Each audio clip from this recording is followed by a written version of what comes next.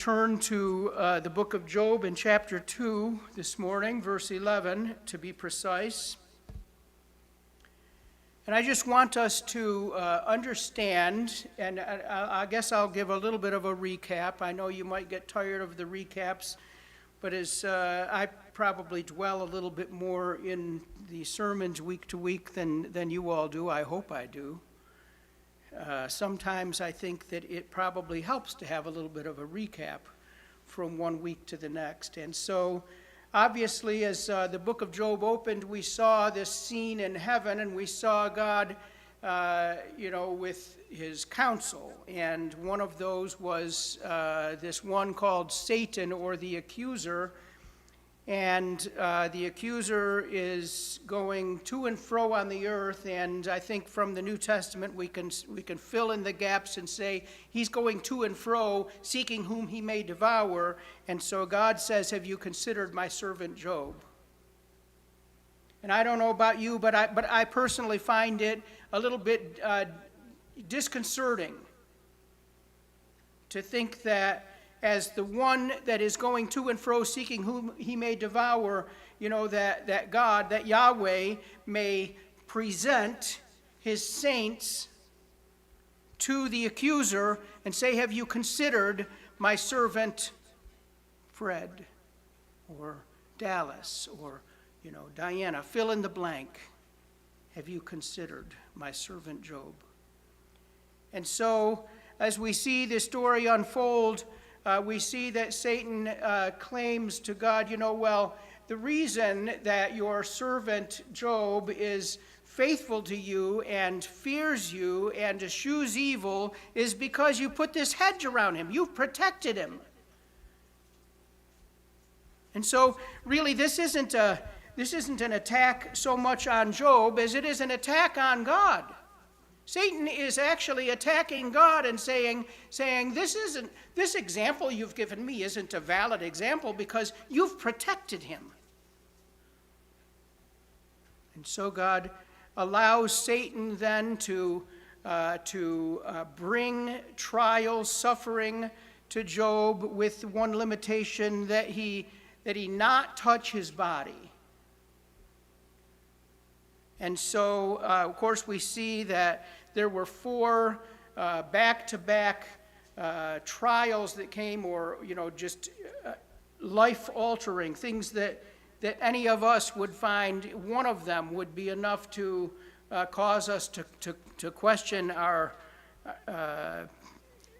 whether God actually loves me or not. Wouldn't we be asking, why God? Wouldn't we be doing that? And so 4 things back-to-back, and at the end, of course, Job is in great mourning. And I think that of all of the things that happened, yes, there was loss of life, animals, and his servants, but it was his children, I think, that was the capstone, if you will, of those particular sets of, suffering. And Job, I don't know why Jonah came out, but anyway, Job was in sackcloth and ashes, that kind of response to this calamity that had come upon him, that we see that God had allowed, almost invited. But he came through that worshiping God. He fell on his face and he worshiped. And then we see that, Satan again goes before God in the council, and once again God says, "Have you considered my servant Job?"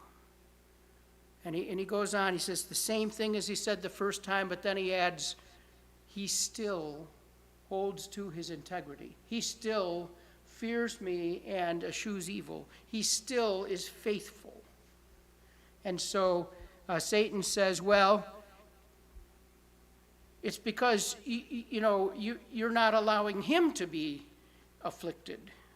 His body, his own. Excuse me, I've got to. I can feel it coming on.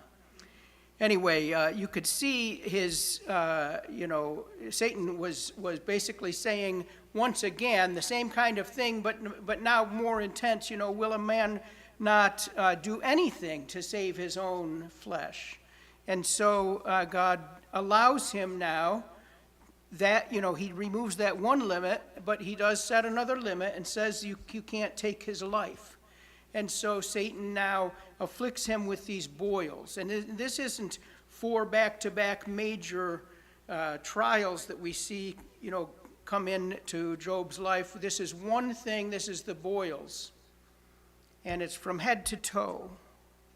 And they were intense. And I mean, we've all talked last week a little bit. We've all experienced, various physical pains. I mean, I don't know, it could be something small, you stub your toe. And sometimes if you stub it bad enough, it feels like you're just about to die. And it's just your toe.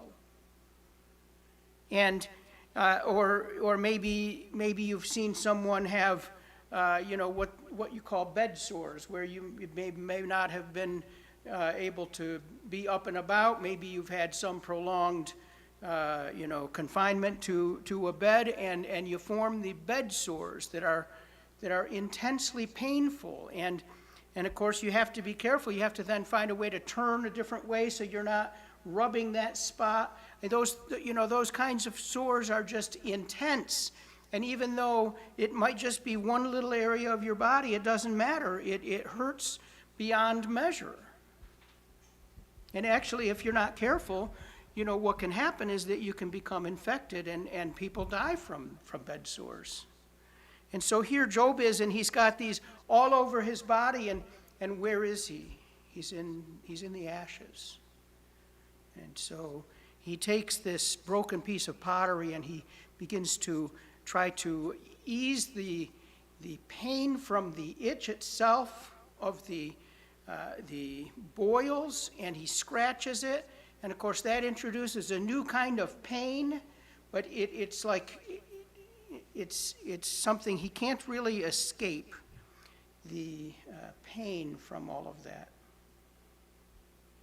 And his wife says to him, why are you still trusting God? Why don't you just curse God and die? Wouldn't you be better off dead than suffering through all of this anguish?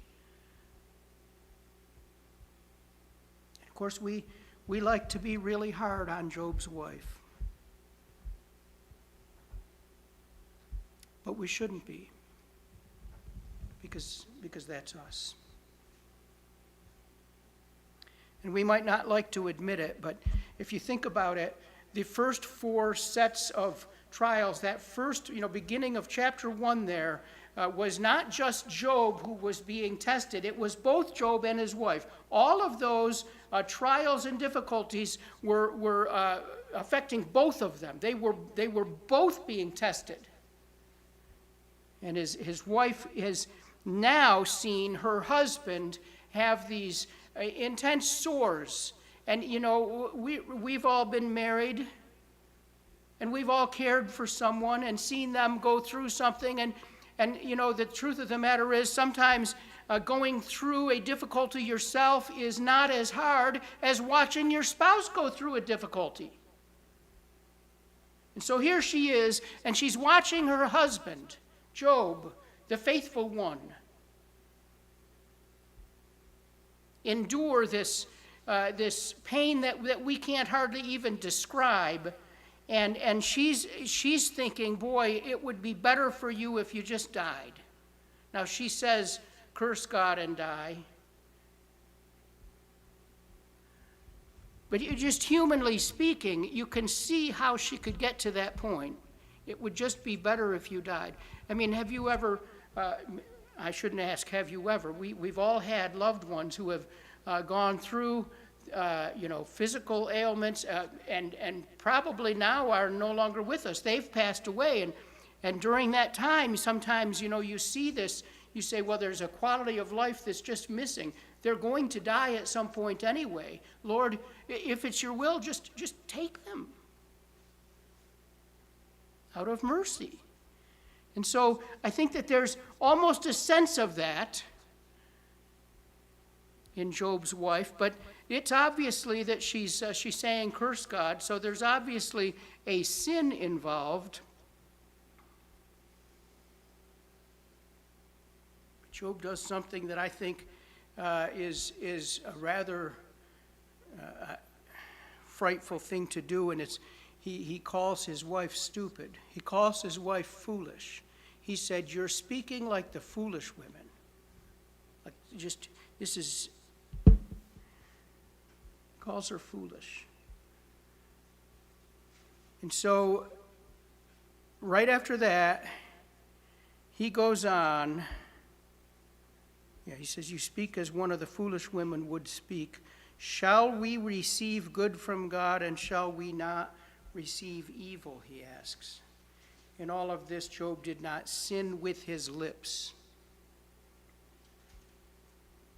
And so we see that Job's perspective at that moment in time is that God has given us blessings, and he's also given us calamity.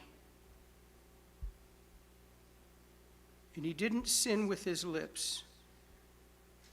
And then we see something happen here in verse 11. We see that his three friends, now when Job's three friends heard of all this evil that had come upon him.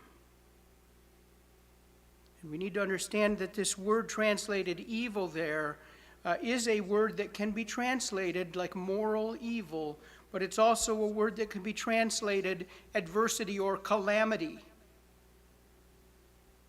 And so I think that the better translation there would have been calamity, but this actually plays, we'll see shortly, this plays an important part of in understanding where Job is at and where his friends are at and where his wife is at, is this word evil actually has significance in the moral evil sense as well.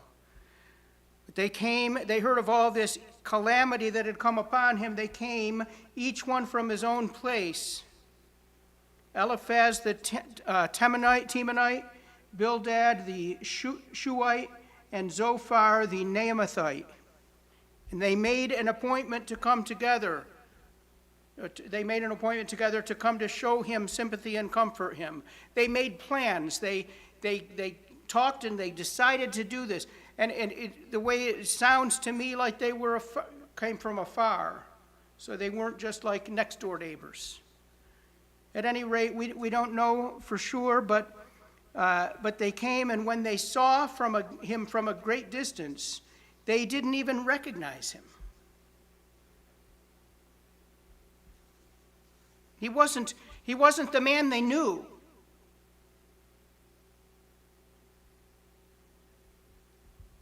He was in despair.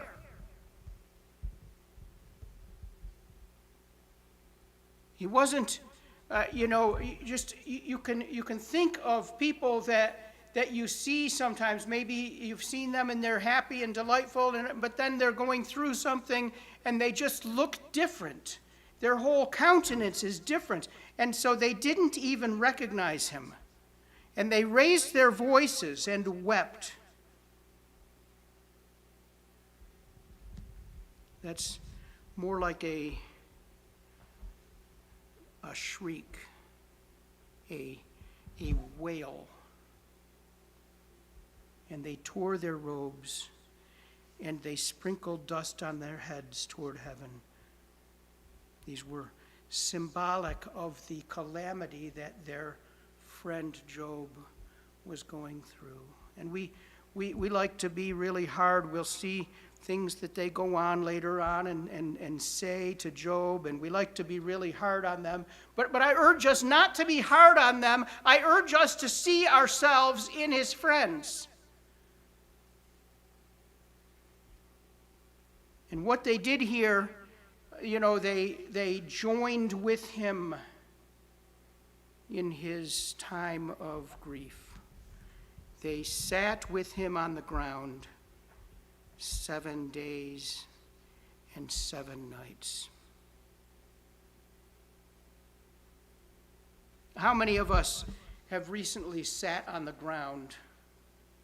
How many of us could then get up? I don't know, maybe a couple could get down on the ground and get back up, but how many of us have sat on the ground for 7 minutes?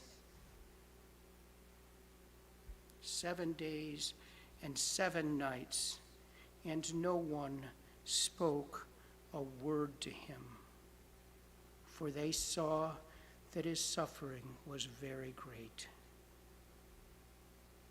He was in such deep mourning and despair that they didn't even, they had no words. Have you ever been there? Where you wanted to say something to someone, but you just can't find the words because, frankly, the truth is there are no words. Any words we say are inadequate at a time like this. And so his friends did the wise thing. They sat with him.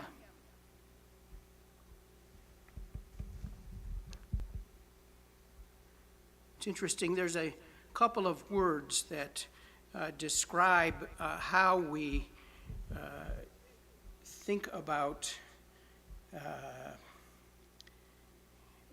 relating to people. There's a word that's become popular in our culture today called empathy.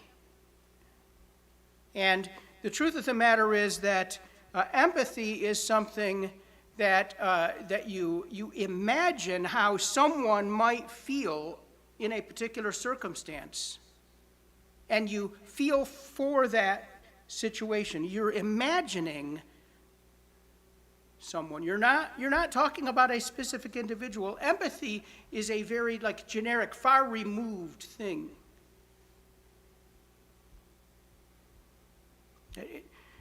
One of the big areas that has been where empathy has been, great, now I've got the keyboard showing here, and anyway, I shouldn't play around with the screen here. Empathy is one of those things that has come up largely related to race or other types of difficulties in life, and so you think about what would it be like to be in this racial group and have these problems, and so you empathize with this idea of what it might be like. There's another word that gets a little bit closer, and it's sympathize, or where you're not just generically thinking about what it might feel for someone to be in that position, but where you are familiar with one particular person and they're in a difficult place, and so you're sympathizing with that person. You're understanding where they're at, and so you're feeling for them. This doesn't come close, really, to what Job's friends were doing here. No, there's another word that we use, and it's called compassion. And the prefix com, C-O-M, is with, together. And passion is that deep feeling. And so Job's friends sat down with Job on the ground and wept with him. They grieved with him. They partook in his grief. They weren't feeling for a general problem of someone who had lost their children or whatever. They weren't feeling for a particular person, just looking at Job and sympathizing with him. No, they sat down and they grieved with him. This is what Paul tells us to do in Romans 12:15 when he says, "Rejoice with those who rejoice, weep with those who weep." It's not just a weeping, for them, it's a weeping with them. And so, truthfully, Job's friends at this point were the picture of compassion that God wants us to have for those who are encountering grief. And so now what do we see in this next verse? And we have to remember that what Satan had said to God is that if you remove your blessing from him, if you allow him to be afflicted, he will curse you. And Job's wife had said, curse God and die. And now we see in verse 1 of chapter 3, after this, Job opened his mouth and cursed. And of course, we can't really just leave it there, because it sounds like he had fallen into the trap and had done what Satan said he was going to do, or he had done what his wife said. No, he says he opened his mouth and cursed the day of his birth.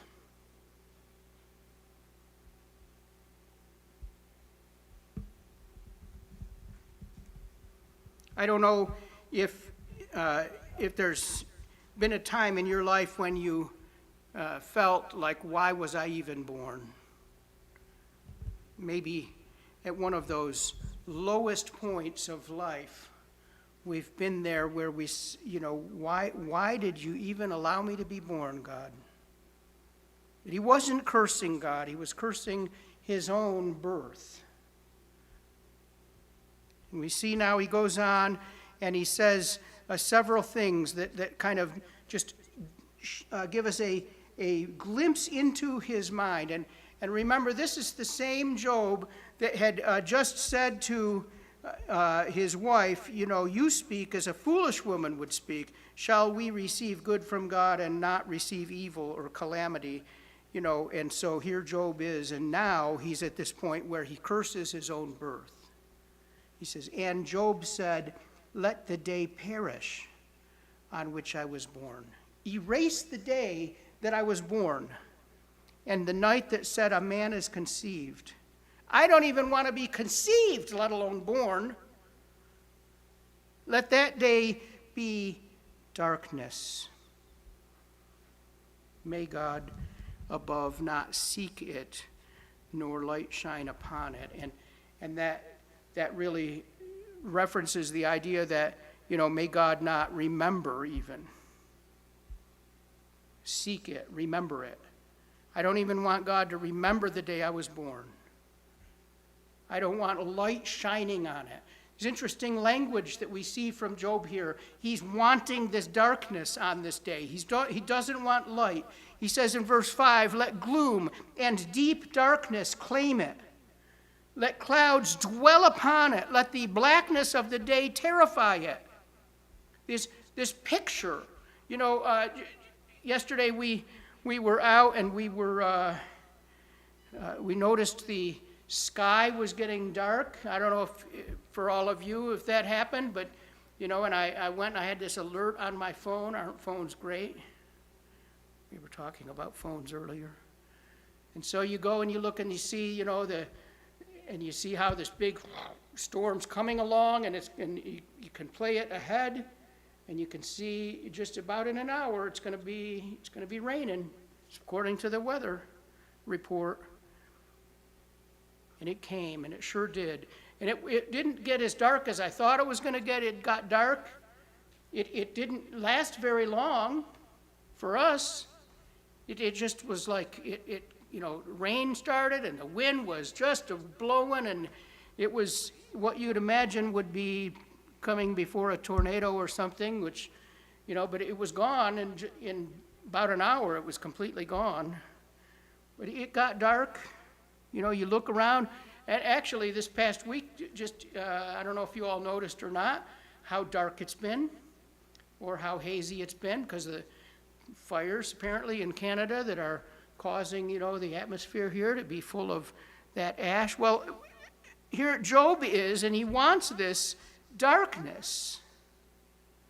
He wants this to have light removed from the day of his birth. In verse 6, he goes on, he says, that night let thick darkness seize it. Let it not rejoice among the days of the year. No, we don't want to we celebrate our birthdays.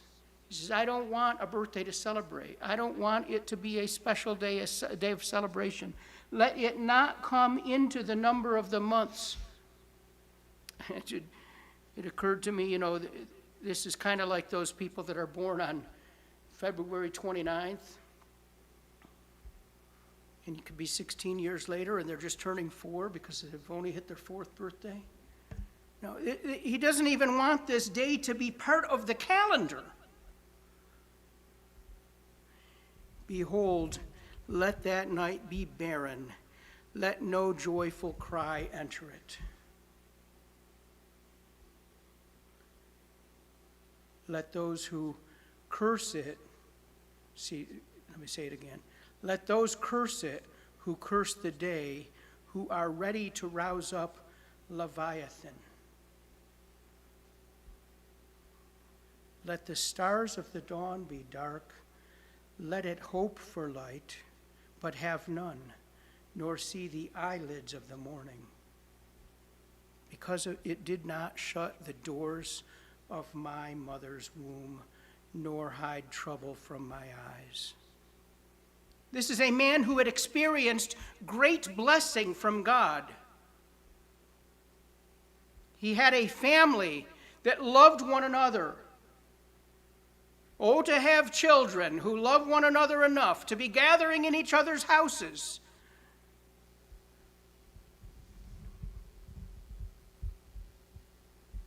He had plenty. God provided for him beyond imagination. He was wealthy. And yet now he is cursing the day of his birth. But I just want us to kind of get an understanding of this language here. This language about, I don't even want this day to exist, but more than that, this idea of darkness and, no light.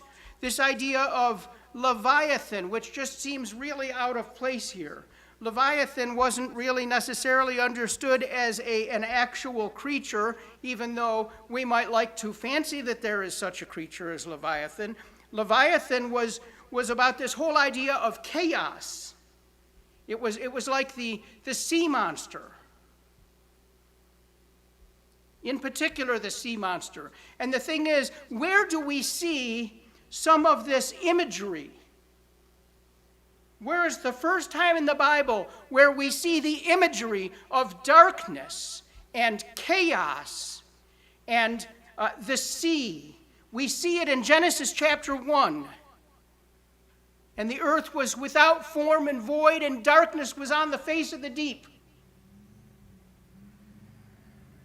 And so here is Job, and what he's essentially saying here is, I don't even want the creation to have happened. He's saying, essentially, I want the reversal of creation. Creation was this time where we went from this chaos, this disorder, to order, as we see God throughout the 6 days. He orders the creation, and then he rests. And it doesn't mean he was tired. It means he stops from his labor, stops from his working. And part of what he's doing is he said it was good, it was good, it was good, it was very good. And he stopped from his labor and he observed the glory of the creation that he had made. And this glory of creation was a representation of his glory.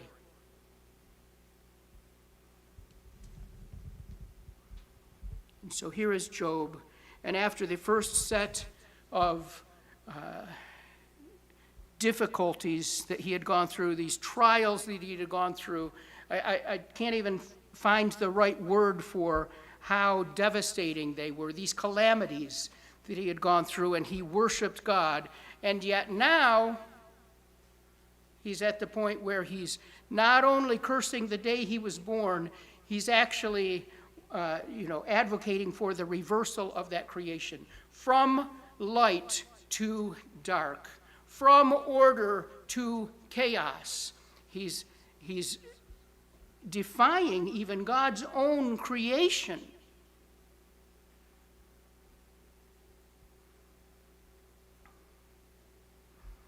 Well, now he moves into, in verse 11, he moves into this section. It's called the interrogative section. It's the section where we first begin to see his questions arise. And if you look here, you'll see that there's 6 different question marks, at least in my translation. And each of these question marks, if you go back to the beginning of the sentence, you'll see the word why. Why did I not die at birth, come out from the womb and expire?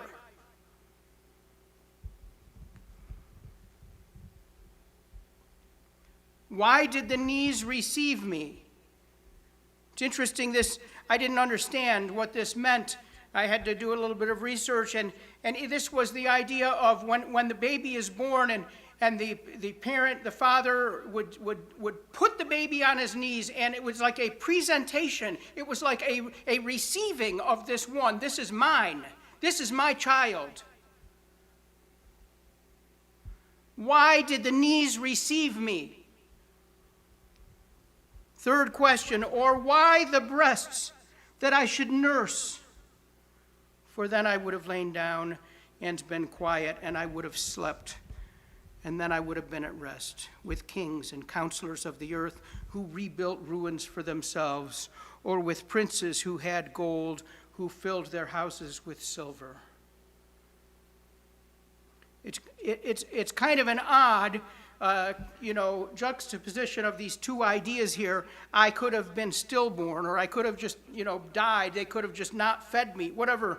I could have just died as a baby. And then he jumps over to this idea of I would have been at rest. Notice that word rest. We'll come back to it. It's a very critical word here. But he could have rested with kings and counselors of the earth who had built and rebuilt ruins for themselves, or with princes who had gold and filled their houses with silver. In other words, the idea here is that death is this equalizer.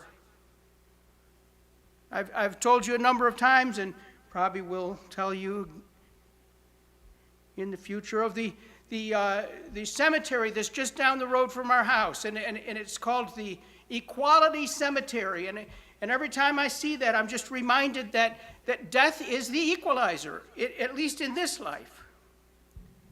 You could have been, all of the kings of the earth, all of the great people, and yet when they die, they're buried. And that is it. They not only don't take their riches with them, they decay. It's over. And David says, not David, really having a hard time today with names. Job says, for then if I had not, nursed, I would have lain down and been quiet, I would have slept, I would have been at rest with even the great people of the past, or future for that matter. It would make no difference if I had lived or not lived. Goes on in verse 16, or why was I not as a hidden stillborn child, as infants who never see the light? There the wicked cease from troubling, and there the weary are at rest. Hold on to those words, rest. There the prisoners are at ease together. They hear not the voice of the taskmaster. Good or evil, it doesn't matter. I'd be dead. I wouldn't have to worry about the difficulties of life.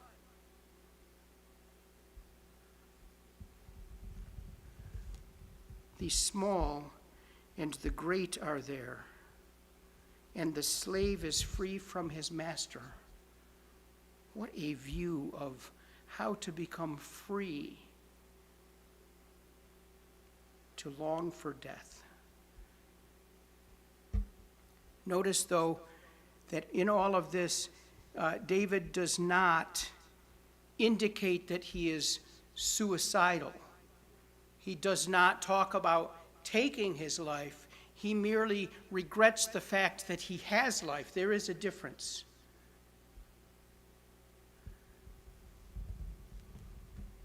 He goes on in verse 20, why is the light given to him who is in misery, and life to the bitter in soul? Why why did, even though I had something, good, light of life, or even blessings, why was life even given to me if I'm going to be in this misery, this bitterness?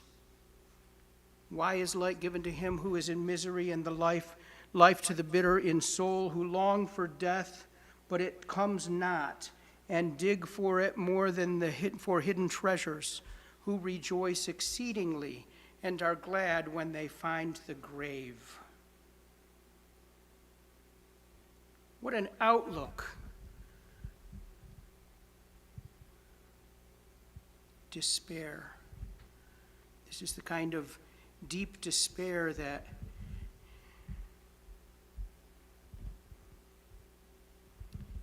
none of us want to be in. Hopefully we're not here, but it's deep, it's real. It's real deep despair. It goes on in verse 23, why is light given to a man whose way is hidden, whom God has hedged in? This is really a reference back to what Satan accused God of. He's only serving you and loving you and fearing you and eschewing evil because you've hedged him in. You've protected him. So Job says, why is light given to a man whose way is hidden, whose God has hedged in, whom God has hedged in? He's almost unhappy that God has hedged him in. I mean, it protected him. But his solution isn't that God just not allow him to experience, these difficulties. His solution is that he would not have lived at all to begin with, that he wouldn't have had light given to him. For my sighing comes instead of my bread. And this word sighing is more than, no, this is that deep wailing that comes along with, and my groanings really is another, it brings that out a little bit more, are poured out like water. For the thing that I fear comes upon me, and what I dread befalls me. The worst thing that I can imagine, it happens to me.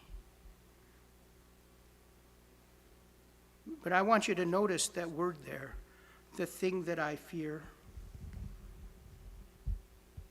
What had the book described Job as? What had God described Job as? He fears Yahweh. And now the thing I fear comes upon me. And what I dread befalls me. I am not at ease, nor am I quiet. I have no rest, but trouble comes.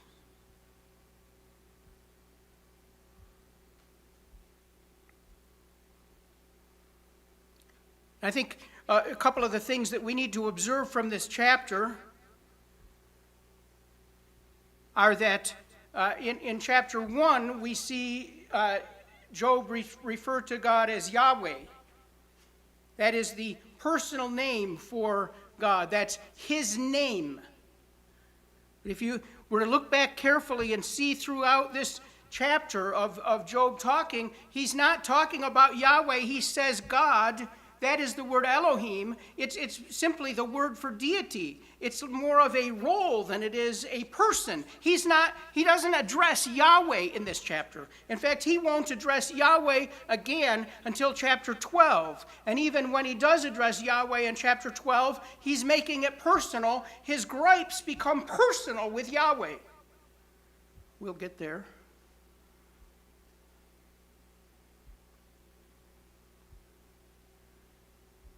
But the other thing that we see throughout this is that the turmoil he's going through and his thought processes have turned his mind inward to himself. All of this chapter is about himself. Even when he does mention God or the idea of a creator, he's talking about, why did this happen to me? Why did God even allow me to have life? Would that I had never been born. He's completely turned inward. And we see that there when that word fear comes in verse 25. The thing that I fear comes upon me, and what I dread befalls me. When we're going through these difficulties in life and anything that we turn inward, any of the trials that we encounter, though it may be nothing compared with what Job experienced, we turn inward. And so we stop seeing Yahweh for who he is. And we see, we describe, we explain, we understand Yahweh through the eyes of ourselves, if that makes sense.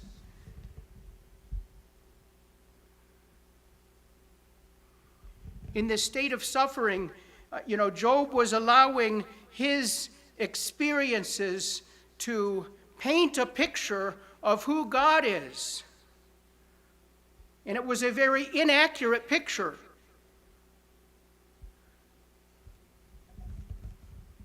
And through his suffering, he seems to have forgotten the blessings that God had given him because of this present suffering. And I can't say that I would blame him in terms of I think that I would probably do the same thing. In fact, far be it from me to say that I would respond more faithfully than Job would. But he's forgotten the blessings. I think we can describe Job as a suffering servant.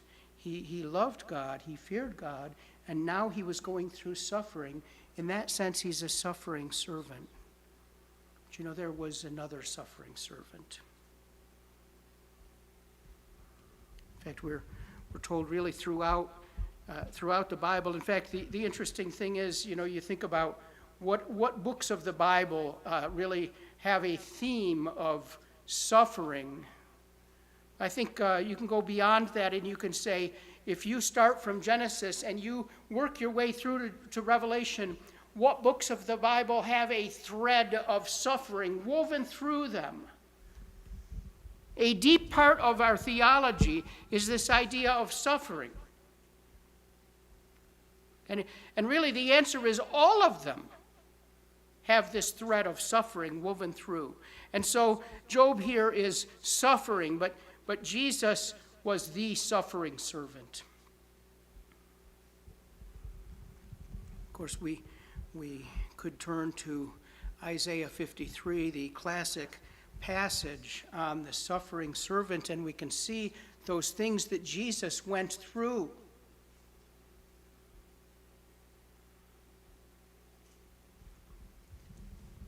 And then if we were to turn to the Gospels, particularly before Jesus was on the cross and when he was on the cross, those things that he endured.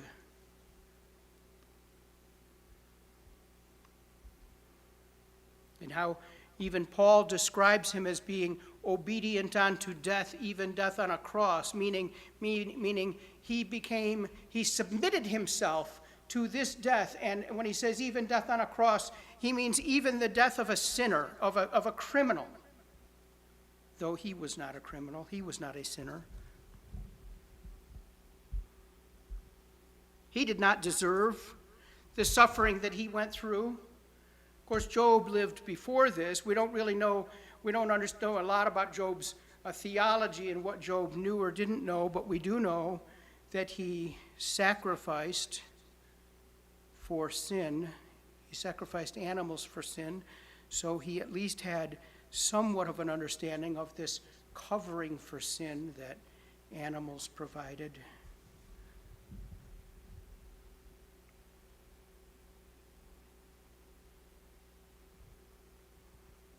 I think the epitome of Jesus' suffering occurred there on the cross when, after all of this had happened, and his eyes turned upward and he said, my God, Abba, Father, Daddy, why have you forsaken me?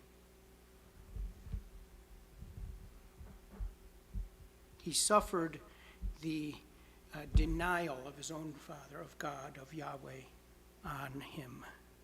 And he did this by taking on our sins and suffering that denial of his own Father.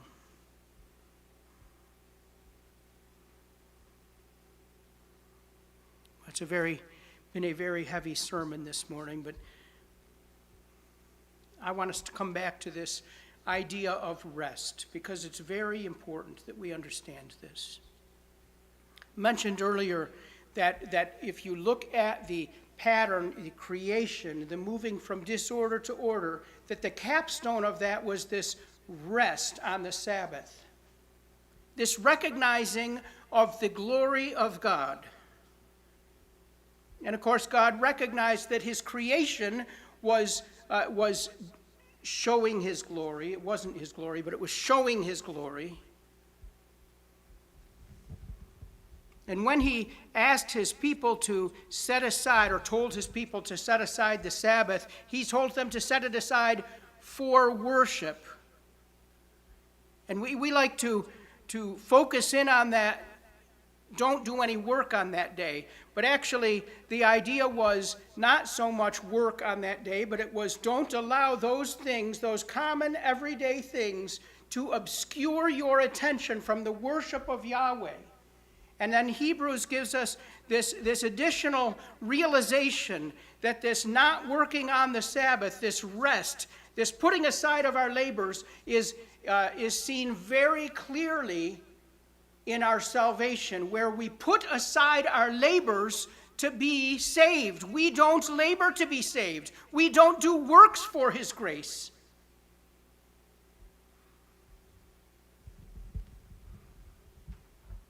And so here Job was, and he was going through this suffering, and he could not find rest. He couldn't find rest. He was in the depths of despair. He didn't even want creation, let alone rest. He thought that not existing was going to be as restful as he could attain. But I want to remind us of a verse, a couple of verses, but one in particular, where Jesus says in Matthew 11, "Come to me, all who labor and are heavy laden, and I will give you rest. Take my yoke upon you and learn from me, for I am gentle and lowly in heart, and you will find rest for your souls. For my yoke is easy and my burden is light." Doesn't say you'll find rest for your bodies. He doesn't say that everything is going to be hunky-dory. He says you'll find rest for your souls. When we're at that point where all else is broken in this broken world, and we've lost things we scarcely even realized we had. Isn't that the way it is? When we have God's blessings, we scarcely even recognize the immense blessings that he gives us until we don't have them. And at that point, when we realize all that we've lost, we can find rest for our souls.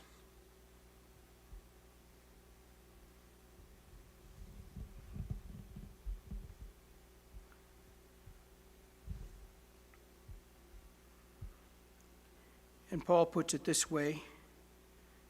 He says, "Not to be anxious about anything, but in everything by prayer and supplication with thanksgiving, let your requests be made known to God. And the peace of God, which surpasses all understanding, will guard your hearts and minds in Christ Jesus." In those times, we can find peace. We can find rest. We can release our attempts to fix things. Because our idea of fixing things turns us inward. And how can we be comfortable? How can we remove this suffering from us? Jesus didn't remove the suffering from himself. He went to the cross and he died. He endured the turning of his back, his Father's back on him for us.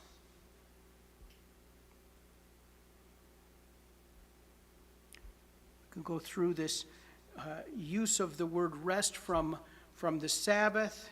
We see it repeatedly through the Psalms. We see it especially in the book of Hebrews. A major topic in the book of Hebrews is this idea of rest. And then I think of Proverbs 3:5, trust in the Lord with all your heart and do not lean on your own understanding. Job was having trouble understanding, and he was leaning on his own understanding, and he was not trusting the Lord through this with all his heart. He may not have been sinning with his lips, but he was sinning by not trusting.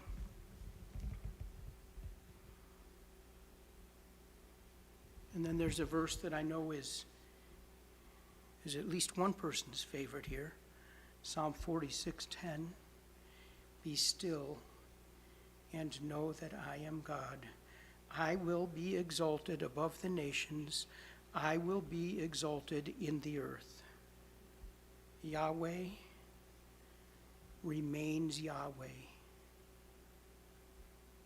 No matter what it is we're going through, be still. Release from our efforts and trust him. Know that he is God. He is the supreme being.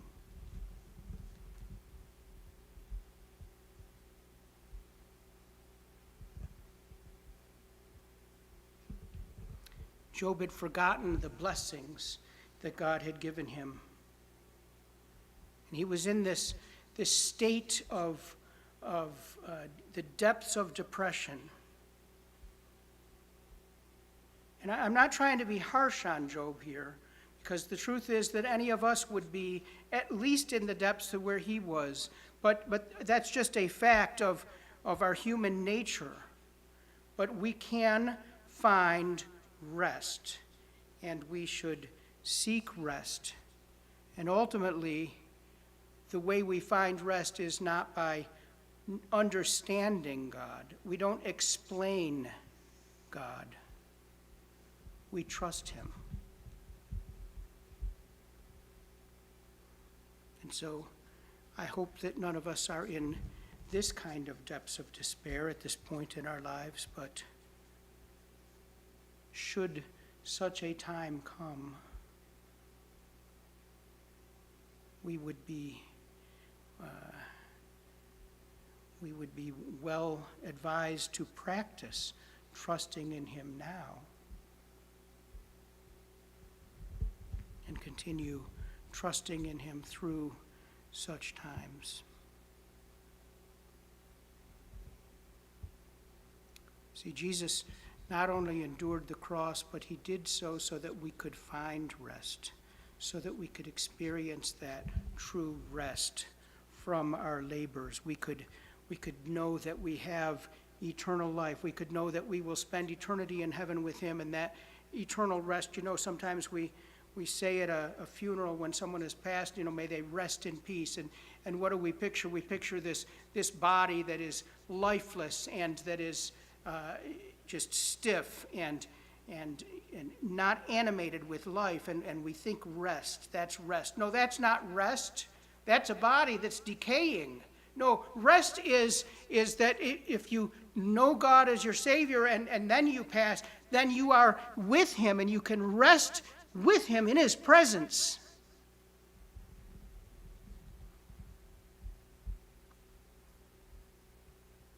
And so when we're going through those trials, then we can rejoice that the worst that can happen is that we can die and go into his presence. Well, I know this is a heavy message, but I hope that this idea of resting in him is something that can give us joy this morning in spite of the topic. Let's close in a word of prayer, if you would.